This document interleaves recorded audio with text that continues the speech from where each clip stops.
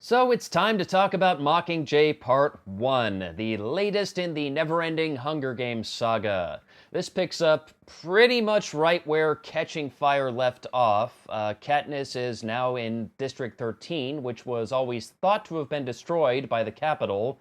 Turns out they were lying the whole time. It's still alive and well and hidden deep underground, and plotting to overthrow the Capitol once and for all. And various other districts are finally starting to rise up against the Capitol after being inspired by Katniss.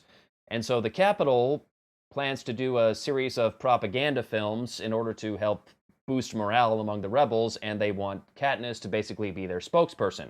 And meanwhile, Peeta is held captive in the Capitol because they were not able to get him out after the Quarter Quell in the last movies, and he is being used as the Capitol spokesman in a series of interviews. And pretty much the entire movie is just one never-ending string of battles, both in terms of propaganda and in terms of actual, armed combat between the Capitol and mostly District 13, but also the rest of the districts as well.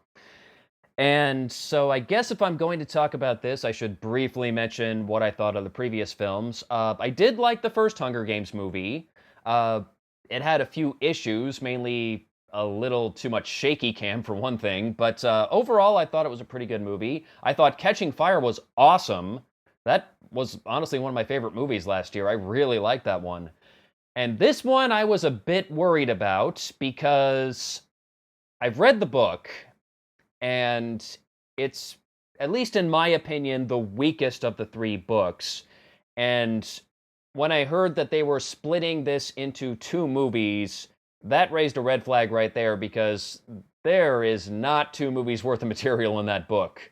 So I wasn't really sure what was going to happen, but I have seen the movie now, and it turns out my fears were completely justified, yeah.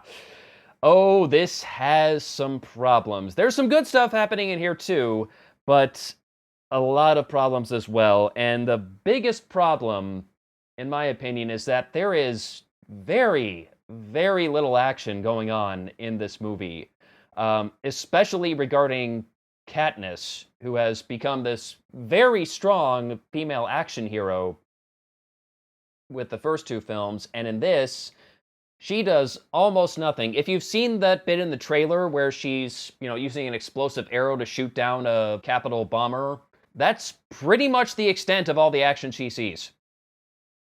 Just that one little bit. That's it.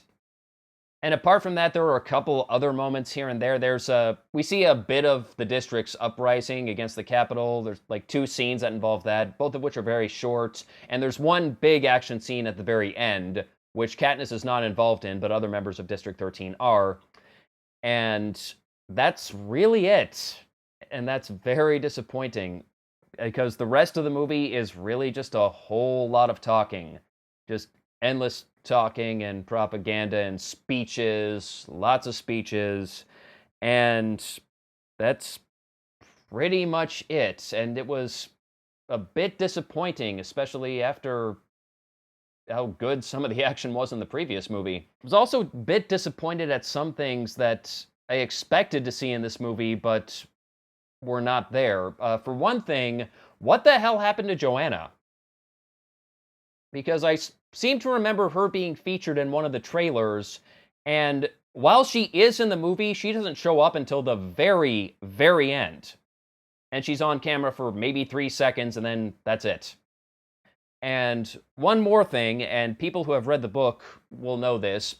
Basically, when they're trying to convince Katniss to be a part of all this anti-Capitol propaganda, eventually she agrees, but only upon a certain list of conditions. One of which is that all of the tributes that were taken prisoner by the Capitol must be rescued as soon as possible and given a full unconditional pardon for any crimes they have committed, which is mainly directed at Peeta because he's been doing all of this anti-District 13 propaganda for the Capitol, and a lot of people in District 13 are not happy about this and see him as a traitor.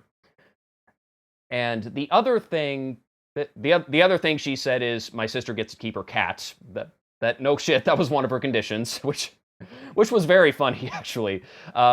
But one more that was in the book that was not mentioned in the movie, and I don't know if it's because they're saving it for part 2 or what, but her final condition was she wanted to be the one to kill President Snow. And I don't know why they left that out.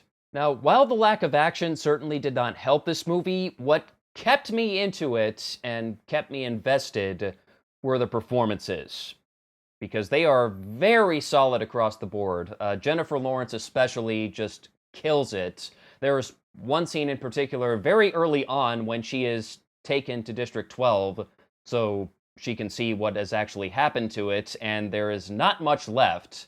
It's basically just one big pile of rubble and bones, and just the look on her face as she walks through the district and just kind of soaks in the horror of it all. She doesn't say a word the whole time. It's all on her face, but it's just very well done. Josh Hutcherson was also very good, once again, as PETA, and I really liked what the makeup department was doing with his face, because every time he appears on camera to do another one of these little interview videos, you can see he's just gradually wasting away, and man, it is kind of scary to watch, actually. I liked Woody Harrelson, of course. He wasn't on there as much as I would have liked, but when he did show up, again, playing the character of Haymitch, man, he was funny.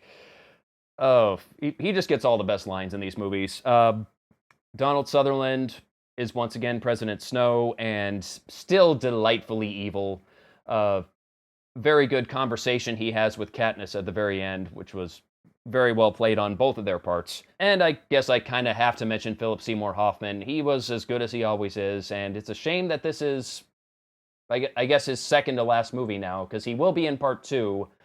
How much he's in part 2, I don't know. I know he died before he finished filming everything he was supposed to film, but he's going to be in there one way or another. So overall, I would say it is still a good movie, but nowhere near as good as it could have been. They were very faithful to the source material, so as an adaptation, I guess on that aspect alone, it is pretty strong, but faithfulness to the source material is not always a good thing, Twilight, so yeah, honestly, there were some stuff that they could have cut, a bit of fat they could have trimmed, and I think it would have been much better off if they had just kept it as one movie.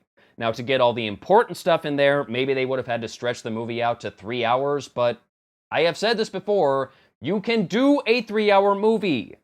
That's fine. There is no rule that says you can't do that. And honestly, I would have rather had just one 3-hour movie rather than have to sit through 2 hours of people just talking before we finally get to part 2 where all the action supposedly happens. And really, this movie just, at the end, it left me wanting more. And not in a good way, like, oh my god, that was so amazing, I want more, I want more! No, it was more like, it didn't feel like a full movie.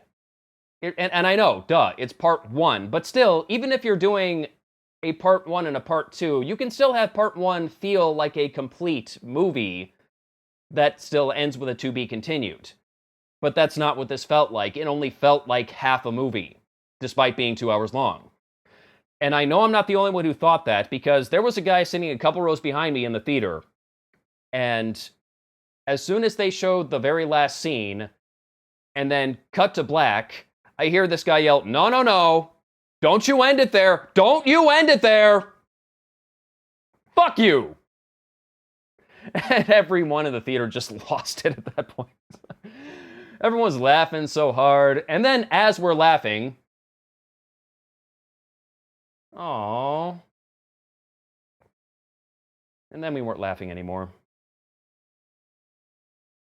We miss you, Phil. So yeah, final recommendation. I would say it's worth seeing if you were a fan of the first 2 movies. Otherwise, it's probably worth a pass. And if you're going to see it, don't pay full price. See it as a matinee. Thanksgiving weekend's coming up, so a lot of you will probably have some extra time off. Yeah, go visit your local theater in the afternoon, catch a matinee price showing.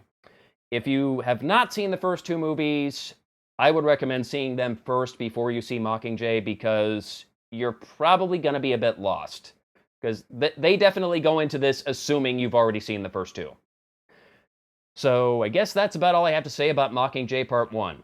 Till next time, take care.